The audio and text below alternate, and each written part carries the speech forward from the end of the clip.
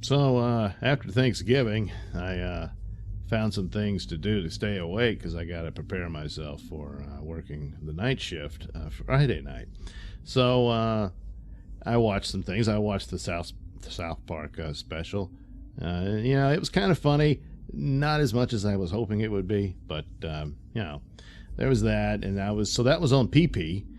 And so guess what came up again? Yes, like something that just floats up. STD, the second episode. So I had some laundry to do and stuff, so I turned it on. And to be fair, I missed some bits of it because, again, doing laundry. And then I actually went and worked on some other videos. I could hear it in the background. Putting together. I was putting together my review for some more episodes of Narcos Mexico, which it's a million light years away in superiority to this trash. And granted, they're two totally different things. They're both shows, but anyway. So it's very much sort of like CW, except STD tends to make CW shows look better. But that it's all just the manipulation of emotion and stuff. So you get scenes like that where people are expressing either affection for one another or they're upset. More times than not, upset about something. And everyone's in dire need of validation. Because they're all very fragile and infantilized characters. The one character, for the most part, who didn't seem to be too infantilized, although Saru's another one that seems to be more of an adult, but everybody else, no, afraid not.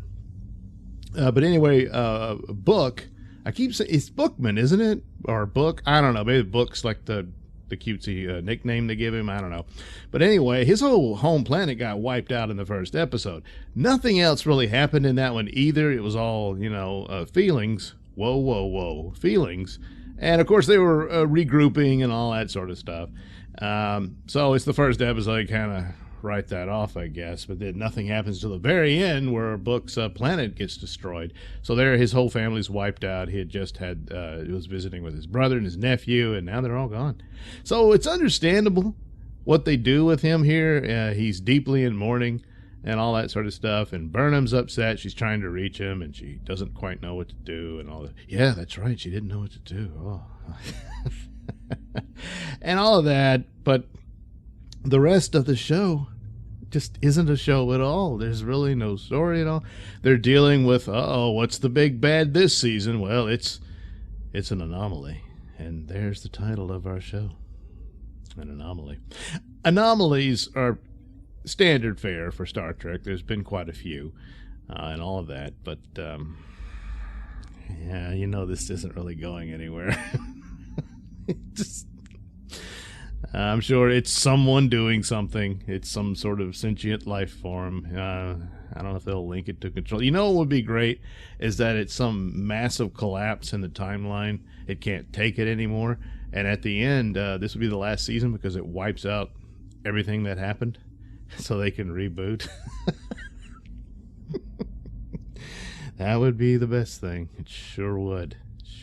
So that's about it. Nothing else really happens. Only Book can go in and navigate through this bizarre anomaly to get the data they need to try to understand it. So only his weird ship, which is the worst designed spaceship in all of sci-fi. It's just, and I was thinking about this with Bad Robot and other connections because Secret Hideout's kind of an offshoot and all that. But their ship design tends to be pretty terrible. Yeah, I know they worked on the Enterprise for the movies and all that, and they did their own version of it, and it's still recognizable, and that, but that's an established design already. They just kind of worked on that. But like with Star Wars, they had the old ships, the X-Wing fighters and the TIE fighters, but their own original designs of ships were just silver bricks. They just weren't anything. And it's no different here. This guy, it's kind of the shape of it. It's just this geometric shapes put together that I thought they were kind of going for a Millennium Falcon look, but completely removed of style and charm. completely stripped away. And it's this magic ship that can change shape and stuff and come to pieces and come back together and all that. So stood to reason that his ship would be the safe bet to go in there. And he's the only one who really knows how to fly it. Burnham wanted one of her girls to go do it, but he was saying, you're just throwing her into something she's unfamiliar with, and that's not right. Because Burnham wants her boyfriend to be safe. Who cares about the dumb girl who pilots her ship? She doesn't give a shit. So the man deep in depression had to be the rational one here. And so he takes the ship. But, of course, he's losing it. He's seeing the end of his own world, and he's seeing visions of his nephew. And, oh, boy. Oh, and the only one accompanying him, who's not really accompanying him, is Stamets. Well, he's the engineer, so he's supposed to be able to help there to get the data and all that stuff. But he's not there really. He's just an AI projection from Discovery. So there you go. He doesn't. If it goes south, he's fine. But he's there for he's there for moral support for Book, while he sits there and mourns and loses his mind. But then Burnham talks him through it. But not before she has this bubble that forms around her on the bridge so that their conversation can be private. But it's the same conversation they have all the time. In fact, all the scenes are conversations you've seen 1,000,000 times in this series. It's the same thing all the time. You're more than you know. You're strong. I know you got this. You're beautiful. You're amazing. Over and over and over again. So that's what the pep talk she gives him, so that it becomes obvious that it's really her doing the heroic effort in order to get the ship through this bizarre anomaly and all that. And that's very clear. Don't you think this guy did it on his own, or he's something special? Oh, no. It's just, Burnham's got the hots for him, and that's all that matters about him. And it's too bad, because the actor is actually one of the better ones they've had on this show, alongside Doug Jones as Saru. And he's the kind of guy who seems like he could have leading man material and stuff. But he was looking for work, and he got this. And now he's stuck. Poor guy, So, what are you going to do? The rest of it, again, is, yes, the repetitive conversations. There's the non-binary girl. I forget her name. Or I shouldn't say girl, the they, them, whatever. The imaginary boyfriend, they, them, whatever, blue-haired kid that's in her, they, them's mind. Now Dr. Huber, who is not really Dr. Huber, he's just the cloned mushroom of the Dr. Huber who died. But anyway, he says he can make a new body for this ghost. So that's what they're gonna do, and but she's been living. They, them. It's been living with they, them too. In her, they, them's mind, and so she's a little. They, them is a little nervous about the separation, even though the other they, them will be in this new body, and yeah. Anyway, they're gonna make blue-haired they, them a Picard body, basically. So, because they said, it's gonna age and need sleep. You're gonna have to eat and take a dump like a normal body and all that stuff. You won't have any godlike powers or presence or something. So anyway, there you go. That's how they're going to have that character be a part of the crew, I guess. Because anybody could, Book is the one that just can't bring himself to join. Gee, you wonder why, huh? Yeah, no, you don't. So that's it. No, really. Nothing else really happened. Granted, I did walk out here and there again to do laundry and stuff.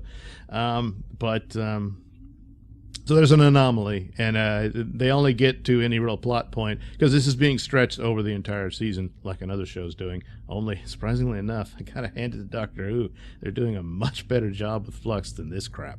But so at the very end, Silly talks to Saru, who's back on the ship, by the way, and says, the thing changed direction. That's nothing in science tells you how it did that. So, of course, it's not just some strange rogue black hole or anything. No, it's probably has some sort of amount of sentience or whatever. But let's hope it's just a collapse of time and space, and it will end this thing and retcon it away. That would be the best, and I would cheer them on if they did that. Yeah. No chance of that. They're just going to do the same crap, and I don't know. Burnham will literally fly out of the ship in her Iron Man suit and punch it, and then it'll disappear. Yay, Burnham! And they'll all have milk and cookies and take a nap, and then get a 5th season.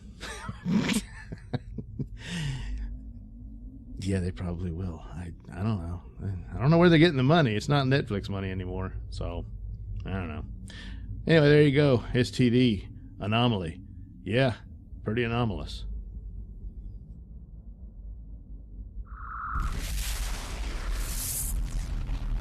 Thanks for watching and listening. Say, while you're still here, why not like and subscribe and share with your many friends? Yes. Also, check out my mini stores in the link description below. Yes, where you can get t-shirts, hats, mugs, all those goodies with my artwork on them. Oh, yeah. And head over to indieplanet.com and pick up a copy of my comic book, Night Night. Oh, yeah. You can also catch me at my podcast, Mr Nailsin Show, on RadioMisfits.com. And you can also watch my videos on BitChute.com and now on Rumble.com. Oh, my goodness. So many places to watch me and my stuff. Oh, yeah. And if that's not enough for you, well, you can follow me on many social media platforms and say hi to your old pal, Mr. Nailsin.